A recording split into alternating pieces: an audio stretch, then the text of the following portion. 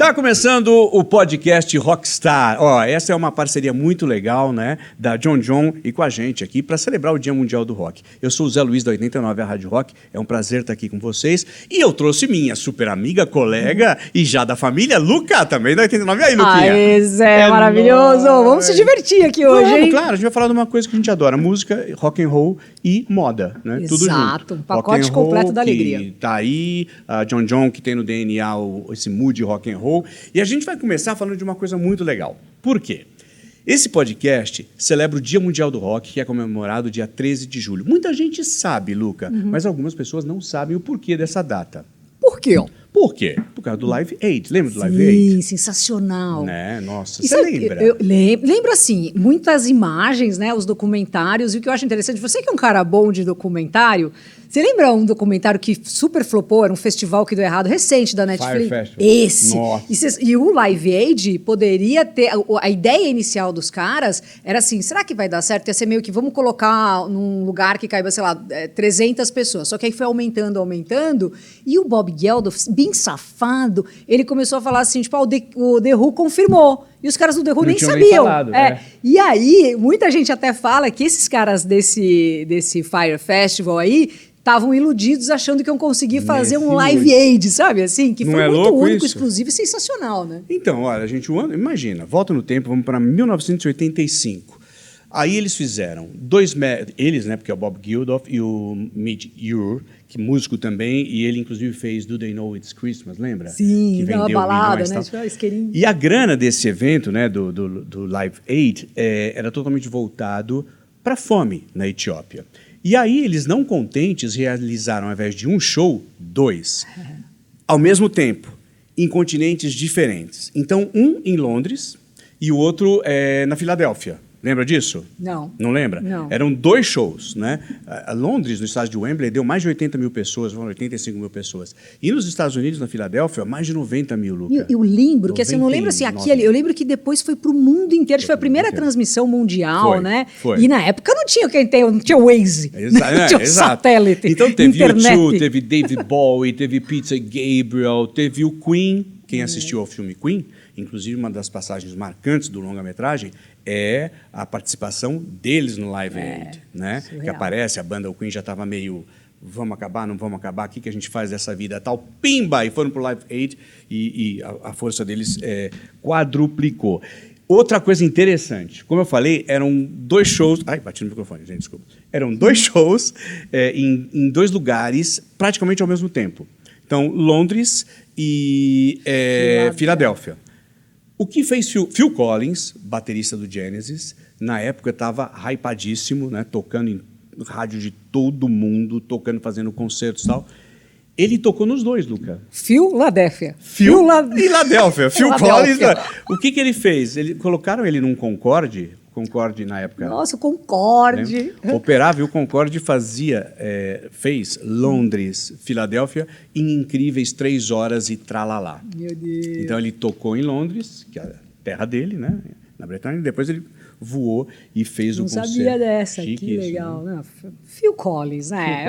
Phil Collins. É outro nível ali. Enfim, tudo isso então para dizer para vocês, né, para começar esse nosso Rockstar, o podcast da John John, para explicar para vocês da importância e da magnitude do rock and roll, né? Aí a partir de então, essa data 13 de julho passou a ser marcada como o Dia Mundial do Rock. E o objetivo desse podcast é ficar juntinho com você, contando essas e outras histórias do rock and roll. Vamos embora, então. Bora. Aumenta o som no talo e vamos Bora. falar mais histórias que... As histórias do rock são tão legais, né? Tem tanta informação de estilo de vida. É a união disso tudo, né? Da música, moda, comportamento, exato. música, tudo junto. Improvisos, né? Deixa eu falar uma coisa para vocês. E até o dia 3 de julho, até anotei aqui, a gente vai conversar com um monte de gente legal. Eu estou com a Luca, mas vai ter Supla, vai ter o jornalista Igor Miranda, o humorista, youtuber Léo Batti, do canal Bom Dia Léo.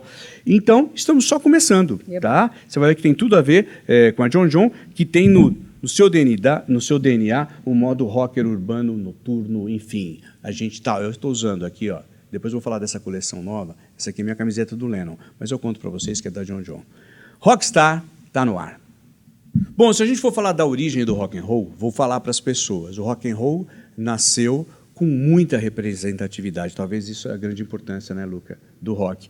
Porque o rock and roll nasceu negro e feminino. Né? Então não fala, os homens, os cabeludos e tal. Não, o rock and roll nasceu negro e mulher. Por quê? Porque a gente vai colocar uma imagem aí que é muito importante para vocês, a Sister Rosetta Tharpe. Tá vendo ela aí com a guitarra? Essa foto é emblemática, né, Luca? Muito, é um clássico, né, da música mundial. E a Sister Rosetta, que eu acho assim também uma coisa muito legal da atualidade, que ela está sendo muito mais lembrada nos últimos 10 anos. Exato, ninguém falava. Não, né? mulher preta, tal, um visual que não era aquela estética tão colocada em mídia, né? E eu tô achando linda essa transformação dela ser citada, ela tem sido citada muito mais nos últimos 10 anos, e o que ela fez transformou a música, né? Nos anos 20 tocando. Exato. Aí ela pegou uma música que era completamente tradicional ali do universo dos pretos. Que ela era de igreja, então ela era do universo gospel. Né? Exato. E aí, mas ela também tinha o blues na veia. Muito. E ela pegou essa música, deu uma aceleradinha. Isso, é Stranger Things Happening Every Day. E que é uma música que não tem um cara que canta, sabe? Assim, tipo, tem as músicas irlandesas, tem as músicas. Essa era a música dessa gig aí, né? Gospel, do Rhythm and Blues, meio underground, literalmente. Eles ficavam mesmo em porões, tocando, e ela apavorando. Aí que ela começou a entrar num mundo meio stream. Não chegou aí no mainstream, né? Mas ficou do underground para o meio stream. Exatamente, né? A gente está falando de representatividade, isso até hoje, né? Existe o preconceito que tenta abafar isso. Muito. Foi o que você falou, Luca. Ela, nos últimos anos que a gente, mesmo a gente, né? Não nós se aqui que falava. trabalhamos com isso, a gente começou a falar disso. O cara que manja muito de som lembra do Ike Turner. Exato. Como um dos primeiros, assim, né? Mas a Sister Rosetta, ela tem sido resgatada. Né? Porque até me arrepia, ó, que eu fico arrepiada. Eu acho lindo isso. É muito legal, porque o mundo está cheio dessas histórias, e essa geração agora também que tem trazido isso muito à tona, né? Então é lindo falar da Sister Rosetta. Quem bebeu dessa fonte logo depois? Aí você vai ver Elvis Presley. Aliás, se você resgatar essa... Em todas as plataformas digitais você consegue essa música que a Luca falou, tá? Da Sister Rosetta. Se você resgatar, você já vai falar, nossa, realmente, Elvis Presley bebeu daí, Little Richard bebeu daí, né? Então todo mundo que veio depois, Chuck Berry bebeu daí, foi exatamente isso. E ela continuou. Ao que consta, ela não ficou assim sucesso, ela continuou na vidinha dela, cantando gospel e etc.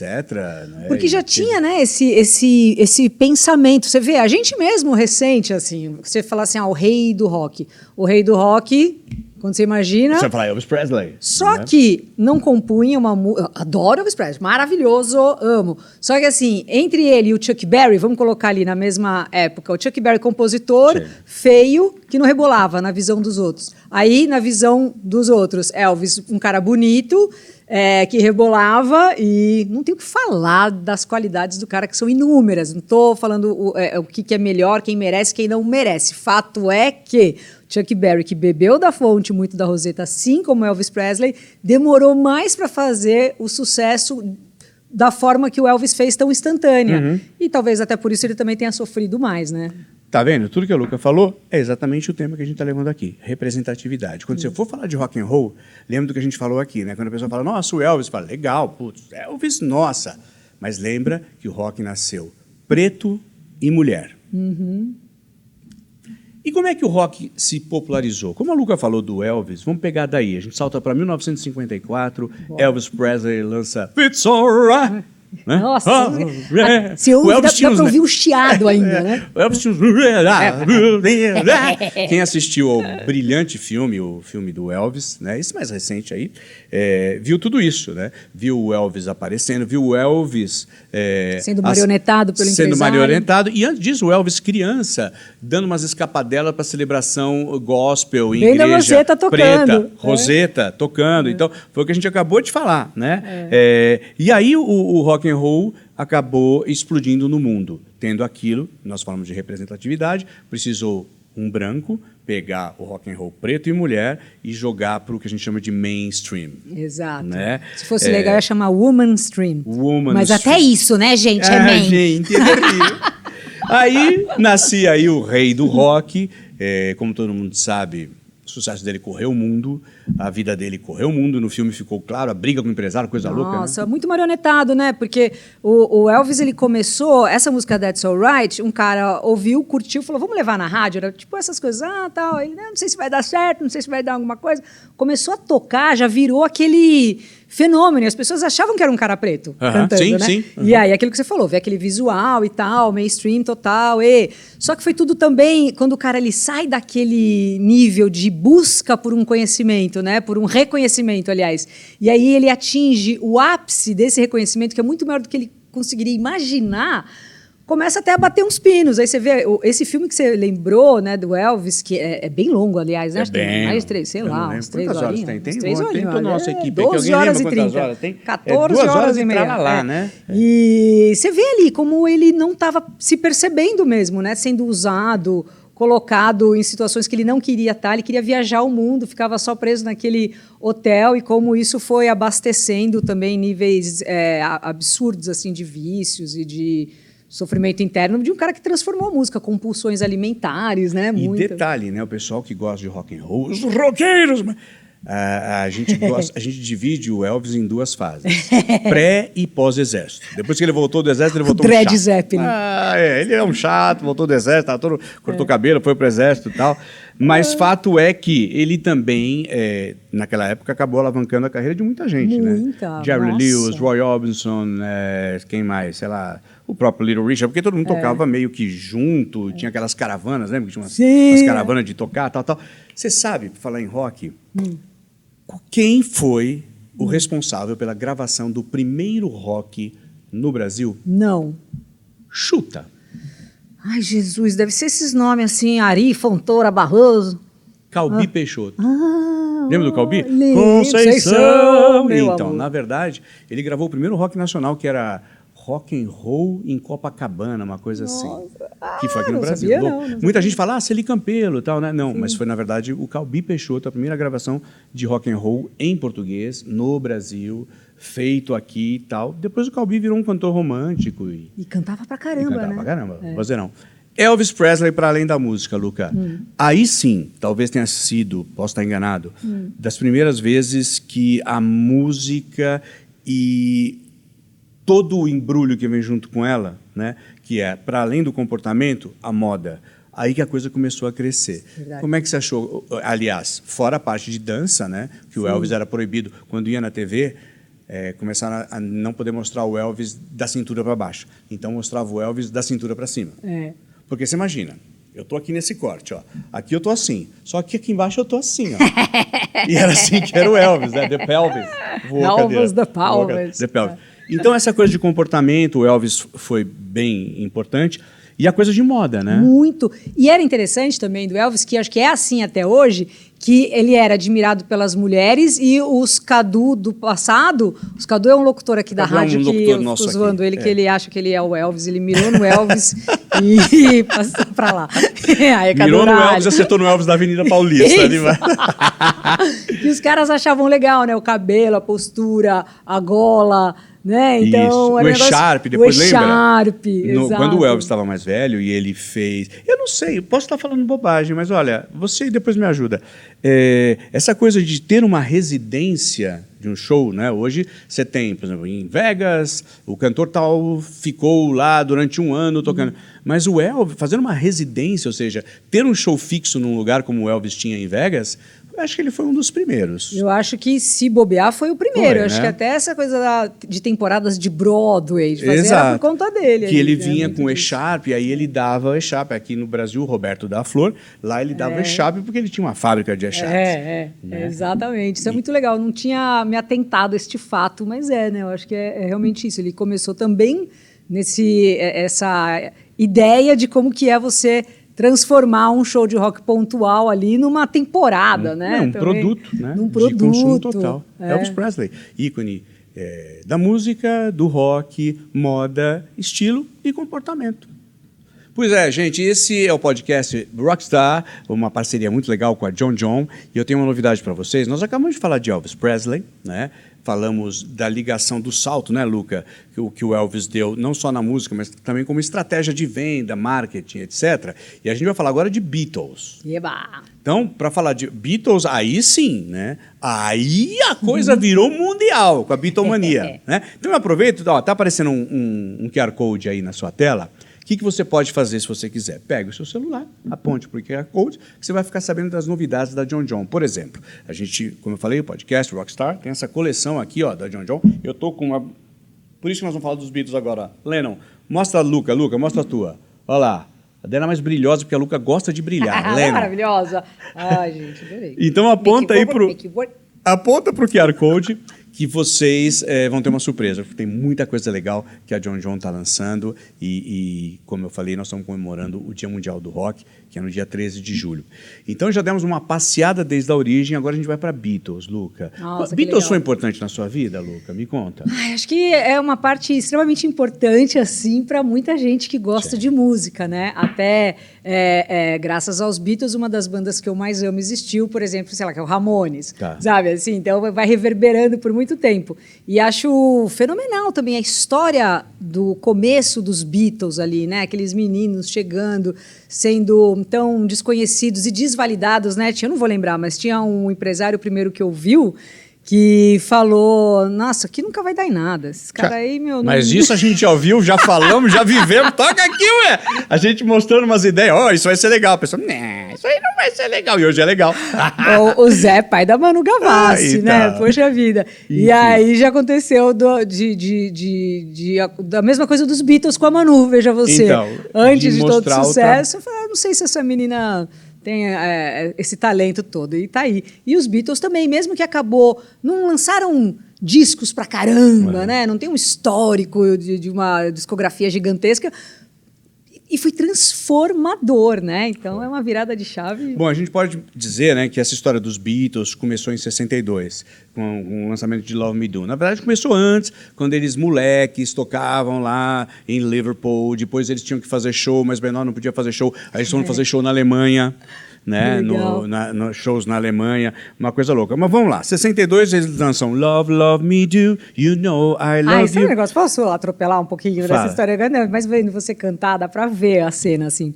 Que essa música, Love Me Do, o Paul McCartney escreveu quando estava na escola. Moleque de tudo, molecote. E aí, molecote. Aí, na hora que ele foi gravar a música, o produtor falou pra ele, por que você não tira essa guitarra aí e coloca uma gaita? Aí os caras, mano... Imagina! Viagem!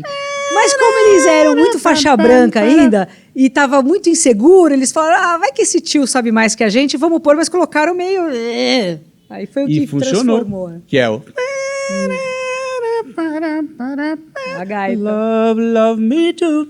Enfim, eu achava engraçado, o Paul uma vez falou, quando você está fazendo uma música, todo músico faz isso, você bota um nome qualquer na música. Você não está lembrando, é Garrafa d'Água. Aí vamos tocar Garrafa d'Água, né? Daí tá. E acho que foi o John, chegou pro Paul. Aliás, não, o Paul chegou pro John e chegou e falou assim, vou mostrar uma música para você. Ele começou a tocar Scramble Eggs, How I Love My Scramble Eggs, que eram ovos mexidos, né? E era Yesterday. Aí o John brincou, falou, cara, a música é ótima, mas tira esses ovos mexidos daí. Que legal. E ele não sabia exatamente o que escrever ali. Não, né? só pegou a melodia do som. My trouble seems so far. Nossa, né? Bem louco, né? Aí depois veio Please Please Me, e aí a Beatlemania, aquelas cenas que a gente vê, um monte de gente gritando. Batendo no vidro da van. Batendo no vidro da Kombi. Da Kombi. Gritando, show atrás de show e tal. E aí viram o potencial de Beatles também virar um produto vendável. Então foi o tal de camiseta, bonequinho, filme, eles foram para o cinema, e o Brian Epstein, que era o chefão deles lá, que começou a manejar meio que tudo isso, para além da música. Foi uma explosão, Luca, de produtos e tudo mais, e além moda, da música. Né? Muito de moda. Foi o Brian Epstein que mudou os moleques, porque eles eram moleques, aí que ele cortou o cabelo diferente, pôs os terninho preto. Toda uma parte uma fanbase deles lá, os sei lá, os Bitaviers, os Bitaviers da época, né, que nem existiam, ficaram meio, que horrível, colocaram um terninho, mas foi o que virou a marca registrada, né? Muito, e acho que era até em cima da Pierre Cardin, se não me engano, assim, essa história do terno cinza. E uma coisa que era legal também do visual, que me lembra muito algumas coisas da John John, inclusive, foi aquela primeira fase dos Beatles, que era em cima do Juventude Transviada, do James Dean. Ah, sim, sim. Né? Então eles colocavam, quando eles eram mais ruas, assim, vamos dizer. Várias fases, que era muito né? nessa pegada, né? Preto, camiseta, blusa, depois veio a fase de terninho, depois veio a fase ácido, a né? fase indiana, lembra? Né? Sgt. Peppers e não sei o que e tal. E as roupas mudaram de novo. Moda, comportamento, música e etc, né? Que mais que eu ia te falar? Eu até puxei uma coisa aqui que eu lembro uma coisa que é muito importante, que eu queria até mostrar para vocês um pedacinho, se der, que é quando eles saíram da Inglaterra e derrubaram minha garrafa. Não, eles saíram da Inglaterra e foram para os Estados Unidos, no Ed Sullivan, que era um show... O Jô da Gringa. O Jô da Gringa, né? O Jô Soares da Gringa. O pessoal mais novo não sabe quem é o Jô Soares. Mas, enfim, era um negócio... As referências da Sônia Lima. Era a Sônia Lima da Gringa. Pedro de Lara. Então, e aí eles tomaram de assalto também os Estados Unidos e foi um mega sucesso. E está aí até hoje. Eu até brinquei com o Elvis, quando a gente falou, que talvez tenha sido a primeira residência em Vegas, né? Foi o Elvis Presley e tal. Mas agora, em tempos recentes, Beatles já tinha acabado, Beatles também teve um show com Cirque du Soleil, era o Let It Be, lá em Vegas, e eu assisti, é de chorar, Luca. Legal. É de chorar. Música dos Beatles, Cirque du Soleil. Musical, assim? Uma coisa espetacular, espetacular, com o número de equilibristas e tal, e todas as músicas dos Beatles. É impossível não assistir e chorar muito. Fui eu e minhas filhas, eu, Manuela e Catarina. Que legal. Elas tinham 15, 13 anos, faz tempo. Então, isso é Beatles. Né? Aí depois escancarou para a inglesada, veio The Who, quem mais? The Kinks, The Animals, enfim, todo mundo junto e foi uma loucura. Dave Clark Five. Nossa, uma galera transformou também ali, né? Isso é impressionante. Rolling Stones, né? Que equivalia ali, que era o Bloody Oasis. Dirty Dancing, né? Ou, sei lá, Clube dos Cinco. Quem gostava de Dirty Dancing era o pessoal mais... bonzinho, vamos dizer. Clube dos Cinco era a galera do mal, né? Que pagava castigo na escola, que é o Clube dos Cinco. Stones era Clube dos Cinco, né? Era a galerinha do mal. Rolling Stones, Beatles, a mãe deixava aí, né? Assistir o show.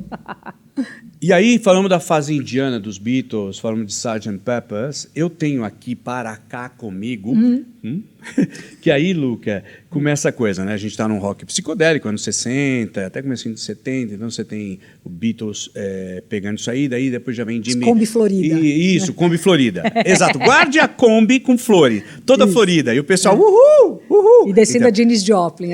Janis Joplin, Jimi Hendrix, né? Jefferson Airplane e tal, e aí todo o pessoal, e Woodstock, etc., que depois a gente vai falar em destaque de festivais e tal, mas aí começa a abrir porta também, saindo do psicodélico, já para o rock progressivo.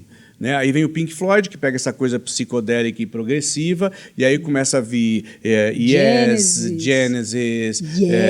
King Crimson, Genesis, do Phil Collins, que a gente falou no comecinho. Né? O Phil Peter Collins, Gabriel, né? Cantava e o Phil Collins tocava bateria. A história do Genesis é bem louca, porque o vocalista era o Peter Gabriel, que, aliás, continua fazendo trabalhos ótimos. Eu sigo ele no Instagram.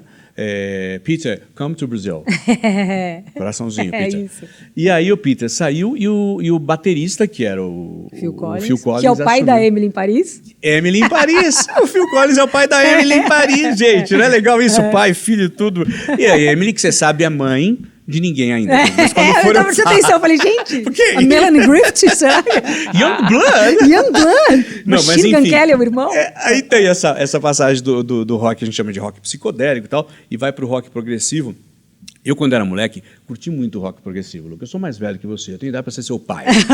Não tanto assim. Mas enfim. Anos 70, isso? Então, Zé, 70, você com 15, 14 anos... Primeiro surgiu o Pink Floyd. Que é aquela idade da identidade, você era anos 70. É mais ou menos dos anos 70. Eu lembro, quer dizer, primeiro surgiu o Pink Floyd, não, para mim surgiu o primeiro Pink Floyd. Sim. Eu lembro que eu tinha um amigo que morava no Ipiranga. Ipiranga é um bairro de São Paulo, gente. E era raro, não é como hoje, né? Mas era raro alguém morar fora. Tá? Então, o irmão dele foi morar fora, foi estudar fora e trabalhar fora. Aonde? Em Londres. Aí ele voltou com um monte de disco. Ele trouxe um disco preto com um losango e um raio, né? Que era o Pink Floyd, The Dark Side of the Moon. E aí o meu amigo Jorge falou assim, escuta isso aqui. Era a voz dele, era meio rouco. Aí ele colocou o Pink Floyd, a gente deitou num tapetão ali, ele tinha um aparelho quadrifônico, saía som de tudo quanto é lado. Eu falei, mano do céu. E músicos técnicos, né? Outra parada então, dos aí Beatles, você falou, né? De tudo. Era isso. A técnica, o Hammond. Exato, Né? aí eram Leslie. músicos eruditos, né? Você pega o Yes tinha o Rick Wakeman. Impressionante. O Rick Wakeman fez um trabalho, vários, né? Mas o Viagem ao Centro da Terra, que era Aí aquela coisa de... Não tinha mais faixa. A música era os... 15 minutos o refrão. E ficava aquele delírio, muita influência de música clássica e tal. O Rick Wakeman, com esse álbum, atingiu um baita sucesso, que era o Viagem ao Centro da Terra, que inclusive veio para o Brasil. Eu fui assistir no ginásio da Portuguesa e veio com E o Viagem ao Centro da Terra tinha uma locução, né, que no disco era feito por uma pessoa, e aqui foi feito pelo ator Paulo Autran.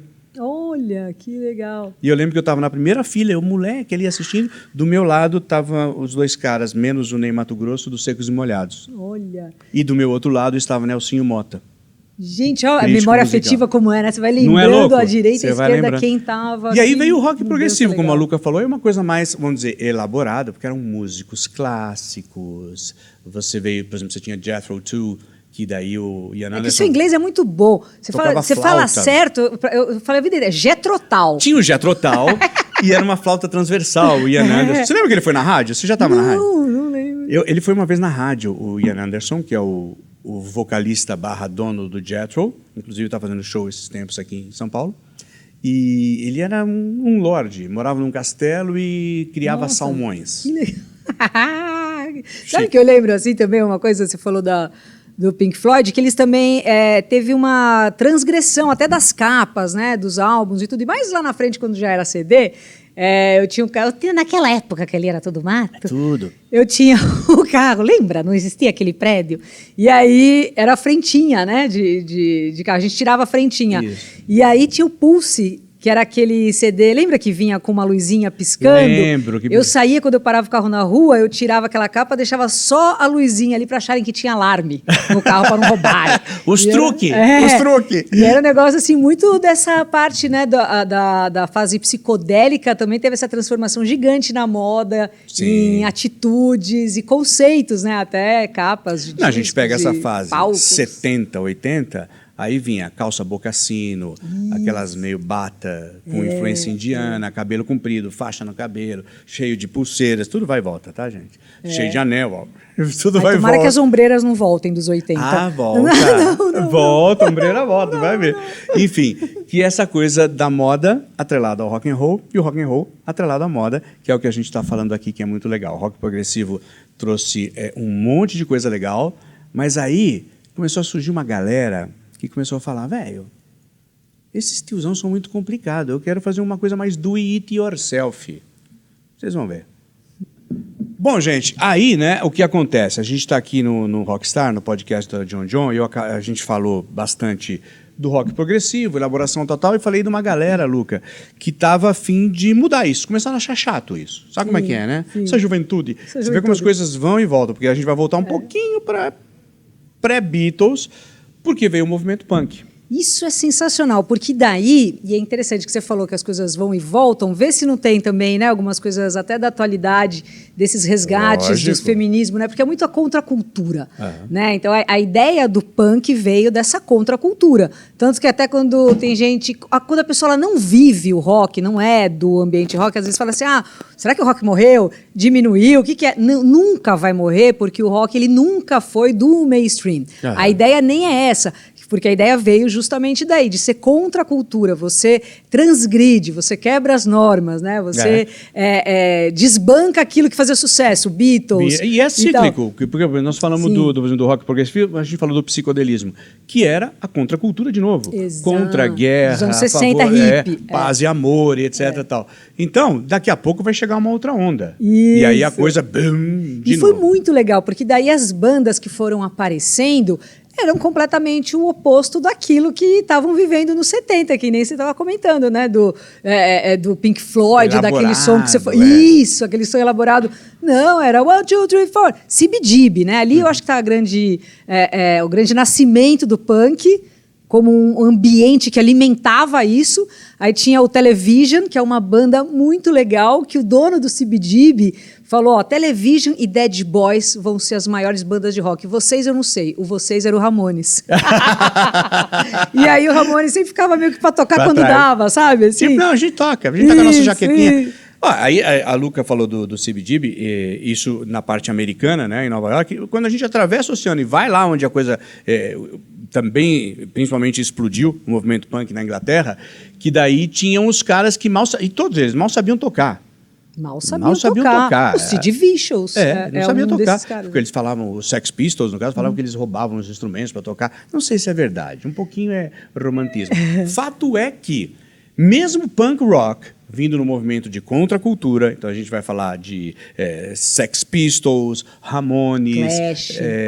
The Clash, que aí o The Clash o The Clash, por exemplo, vinha com uma pegada política muito forte. Muito né? forte na composição. E mesmo assim, tinha o lance da coisa icônica, da coisa moda, da coisa... Então, por exemplo, The Jam, eles usavam terninhos, eram mods, né? Então tinha uns terninhos tudo ajustadinho e tal. Os Sex Pistols, a roupa toda rasgada. Era muito sarcasmo, né? Muito Muita sarcasmo. ironia. E aí entra uma lojinha lá na King's Road, na Inglaterra, do McLaren, do Malcolm McLaren e da Vivienne Westwood, faleceu recentemente, que aí entra essa parte de criar a identidade visual do punk. Eu acho, tenho cá para mim, que ela, a Vivienne Westwood, foi a criadora desse sem dúvida. visual todo. Porque ela botou pilha, ela criou, né? Eu acho que muito dessa... Ela soube aproveitar essa história do do it yourself. Sim, né? De você pegar mesmo. uma jaqueta jeans, costurar um negócio, fazer uma parada ali. Então ela, sem dúvida, foi a essência disso que pessoas erroneamente falam que o Sex Pistols foi uma banda montada por causa disso. Mas não é uma questão que foi uma banda montada. Os caras eram aquilo, era uma loucura. E o Sid Vicious, ele foi, por muito tempo, o exemplo do visual punk.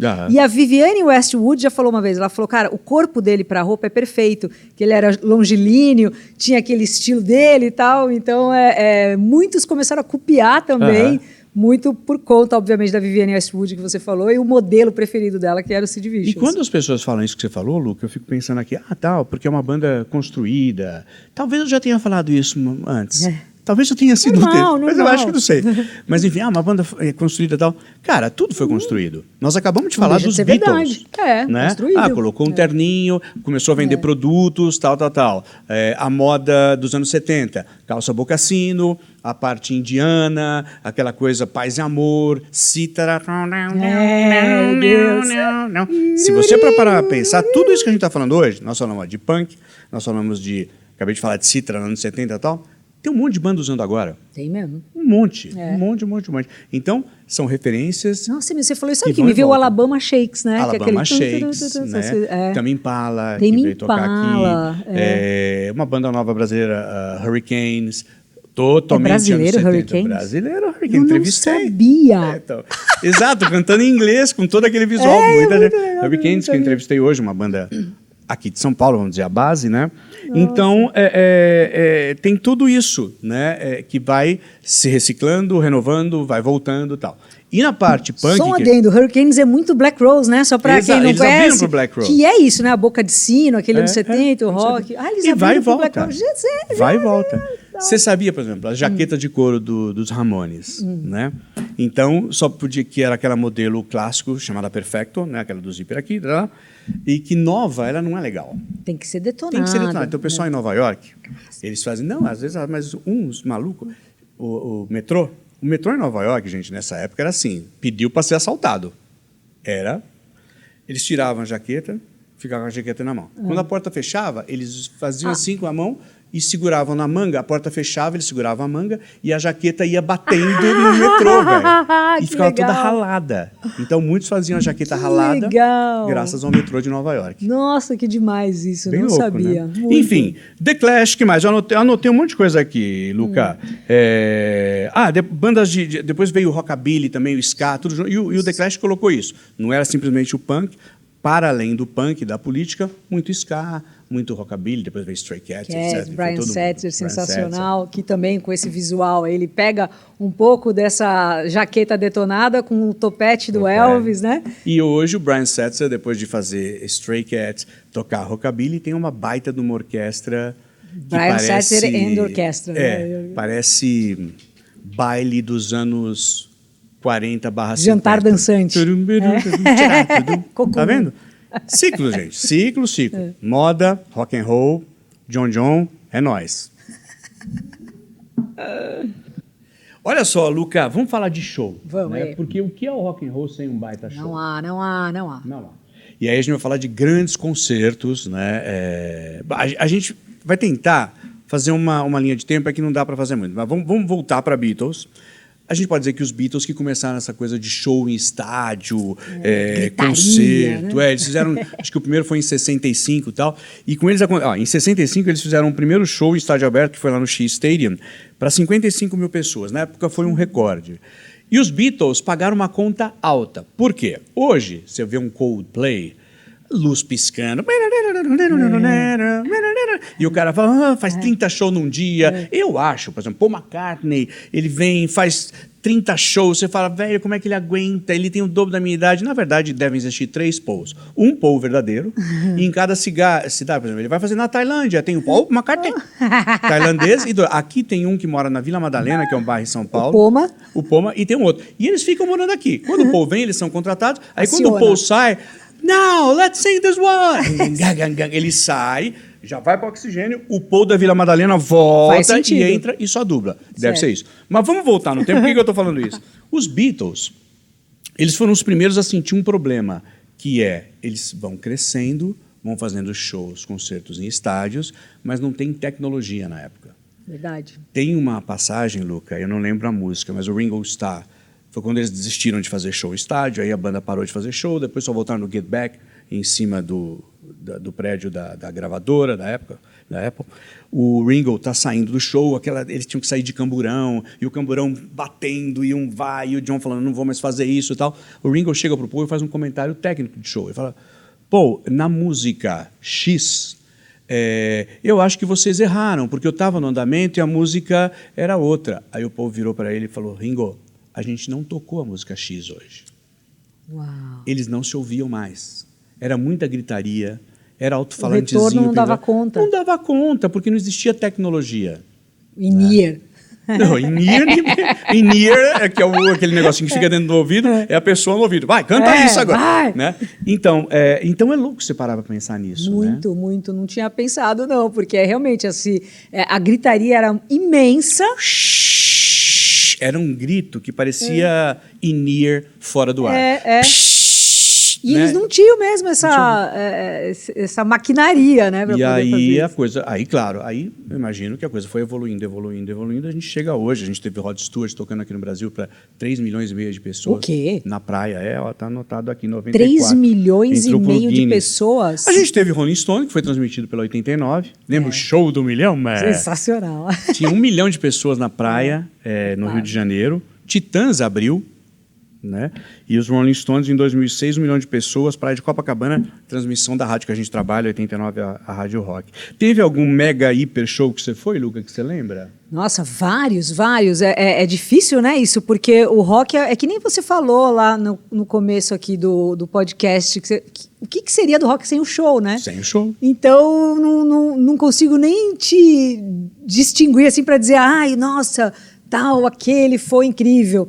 Vários, né? Eu lembro muito dos Monsters, se for para citar um, eu ficaria com Philips Monsters of Rock. Lembra quando chamava Philips ainda? Tinha sua marca aqui. Exato. E o Monster tem um recorde, ó. A produção anotou aqui. Monsters of Rock, versão Moscou, na Rússia, em 91. Público de 1,6 milhão de pessoas. Lá teve Metallica, AC/DC, The Black Crowes, que a gente acabou de falar, e o Pantera. Eu fui nesse show aí. Na Rússia. Não, no Monsters daqui, da que tem versão Black daqui. Rose. Então, foi o mesmo show que rodou. Isso, né? eu então, o que seria do rock and roll sem os grandes concertos? E daí você para e pensa nessa evolução desde lá de trás, com os Beatles nem se escutando mais, até hoje com essa perfeição, né, das bandas fazendo 5, 6, 10 shows no mesmo estádio. É muito legal. 1990, mais ou menos, né, no comecinho. Seattle, a cidade que chove pra caramba. E tem a ver com aviões também. Seattle fabrica motor. Parece que é uma coisa assim, eu não sei ao Sei certo. que tem Mas Grey's enfim, Anatomy lá também. lá, vários jovens tiraram sua camisa de flanela do armário e aí veio o grunge. E tá? desbravaram O mundo. grunge. Só um adendo, assim, o grunge tem uma importância impressionante, mas sabe o que eu me liguei? A gente passou batido do hard rock, que Então. vai ter uma importância aqui para a entrada do grunge. O hard rock, o glam rock, né? Que pega o hard rock. A gente adora rock farofa. Eu vamos amo combinar. rock farofa. A gente tá falando do quê? Motley Crue. Ó, o glamzão é os Twisted Sister, Guns, cabelão. Bon Jovi, Twisted e o hard Sister. rock. Twisted, Tudo, eu tô misturando. Van Halen, Glam, eu amo. Def Van Halen, Leppard. Van Halen com o David Lee Roth, que tinha aquele Sammy Hagar. desbunde todo, né? Isso. I just a gigolo. and Eu everywhere fui I agora go. no show do Def Leppard e do Def Motley Crue. Leppard. Maravilhoso. Estão fazendo turnê na Suécia, inclusive. É demais. Motley Crue e tal. O grunge nasce...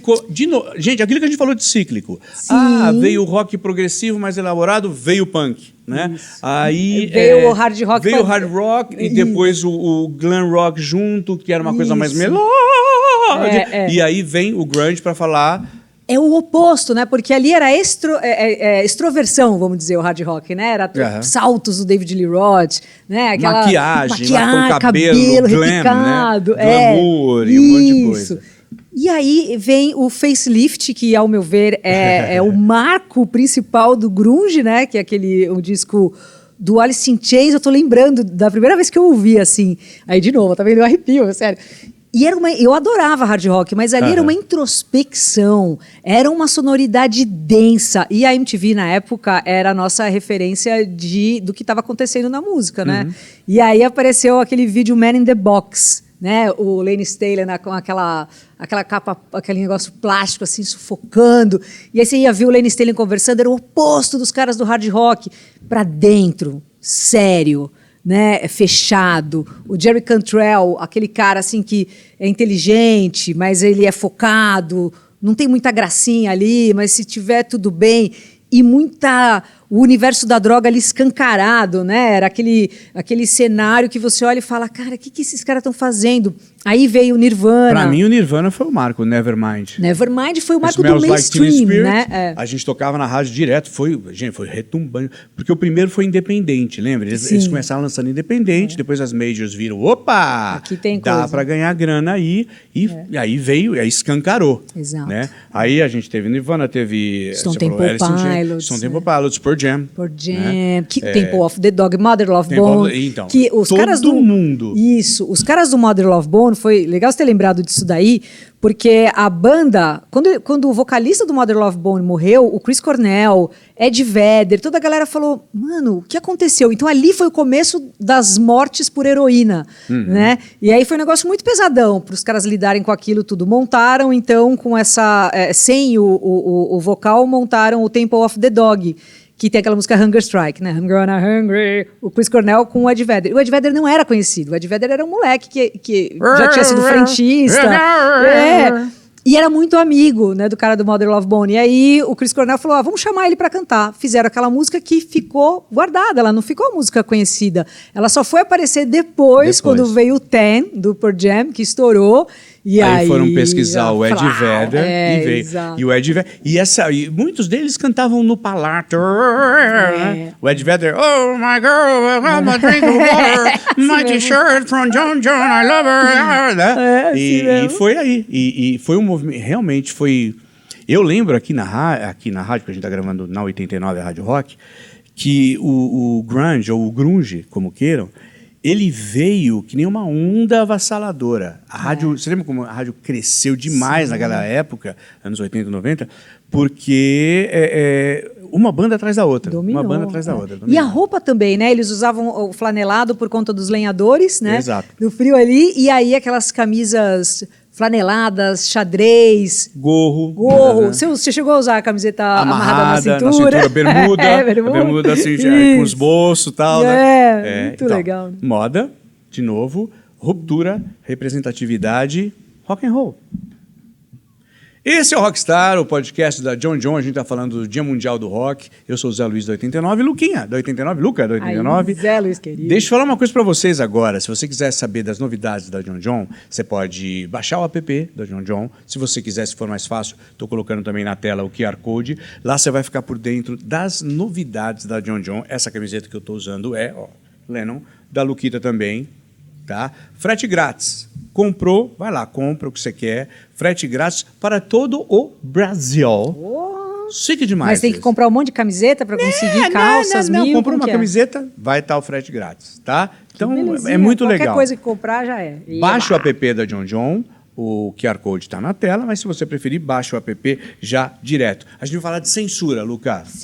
Parental Advisory. Como é que faz? Você que é o bom do inglês. Parental Advisory. Eu não sei, nunca soube falar isso Parental aí. Advisory. Então, mas você sabe que isso aí foi criado em 85, né? Eu tava vendo aí, o Parental Advisory. Eu não sei, falei sei não. Também não sei. Mas enfim, que tinha letras explícitas. Tinha um código de barras, não é? Estão usando até hoje isso. Né? O que acontece? A censura sempre caminhou, infelizmente, de mãos dadas com a arte. Não seria mão dada, seria dando peteleco na arte. Com a música não é diferente, com o rock and roll também de forma alguma. Nós tivemos vários tipos de censura, perseguição nos anos 60, 70 e tal. Essa que a Luca falou é bem louco, porque aconteceu nos anos 80. Eles estavam querendo censurar porque tinha umas letras muito explícitas, eles achavam que aquilo lá era sujo demais. O Snyder estava no tribunal, o cara do Twisted Sister, agora você falando. Twisted Sister, o Judas Priest tinha Eat Me Alive. Nossa, o Robbie Ralford ele ainda não era nem assumido, acho que publicamente, né? Ainda nessa época. Imagina, né? E aí tiveram que criar esse selinho mesmo de aviso para os pais e não sei o quê, que funciona até hoje. E claro, né, que a censura tem um impacto. Mas é aí que os caras iam querer comprar mais, né? Então, qual o impacto? Vamos comprar! Já que tem o carimbinho, nós vamos comprar e quero ver tudo isso e tal. Mas, infelizmente, a censura é algo que sempre vem para atrapalhar muito, né? É aquilo que o outro julga o que você pode ou não ouvir ou fazer. Eu penso assim, cada um cuida da sua vida, envolvendo pessoas conscientes, maiores de idade, que não estejam cometendo crimes. Que se show, como se diz na Argentina. É legal, dando uma... Você sabe, deixa eu contar uma coisa. Eu falei de várias fases de censura. Eu, como radialista, trabalho em rádio desde 83. Uau! Então eu peguei um finalzinho da ditadura militar. A gente recebia, eu tocava vinil, Luca, disco, né? E a gente recebia vinis de gravadoras. O que era censurado vinha riscado manualmente com prego. Para não ter Para não tocar. A Blitz teve disco. E como é que fazia? Por exemplo, se era uma faixa, a quinta faixa do lado A, eles riscavam aquela quinta faixa? Dependendo de como for, né? No caso, eu citei a Blitz, porque a Blitz, quando teve um problema, que foi até por letra explícita. Evandro Mesquita. Evandro Mesquita. Eles tiveram, a equipe toda e a banda se envolveu, que riscar com prego, porque os discos estavam prontos. Você não ia jogar fora. Eu recebia, por exemplo, Faroeste Caboclo, da Legião Urbana, o single vinha com uma versão para tocar em rádio, que ele falava assim, olha para cá, filha da puta, sem vergonha, né? Lembra? Vinha ao contrário. Olha para cá, sem vergonha. Eles colocaram o xingamento, o palavrão, ao contrário. Nossa, que legal. E você viveu isso daí, né? Então é um negócio que parece ser tão distante, parece que anos 20, assim, 10. E você fala, não, cara, olha o que acontecia agora, aí. Anos 80, rock dos anos 80. Léo Jaime teve tanta música censurada. A censora era Solange, esqueci o nome dela. E ele fez uma música, ele pegou uma música do Police, que é So Lonely. Solange. Era isso. Mas o que tem a ver com a censura, Solange? Ela era censora. Vinha escrito o nome dela, carimbado dela, que censurava as músicas. Que legal. Você não quer me escutar. Eu sempre achei que era uma música romântica. Que legal. É louco. Tudo, enfim, a censura às vezes vira cômico.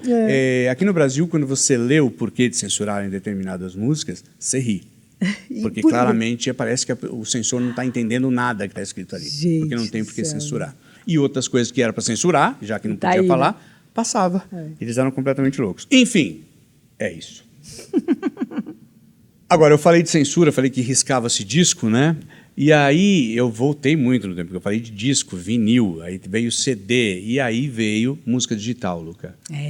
Uma revolução, verdade? Revolução, essa é a palavra, né? Em todos os sentidos mesmo, né? De carregar a música, de tudo, assim. Então é uma transformação completa. Transformação. Eu lembro da treta que rolou, uma das primeiras plataformas foi o Napster, né? Conseguiu algum sucesso, né, de streaming e tal.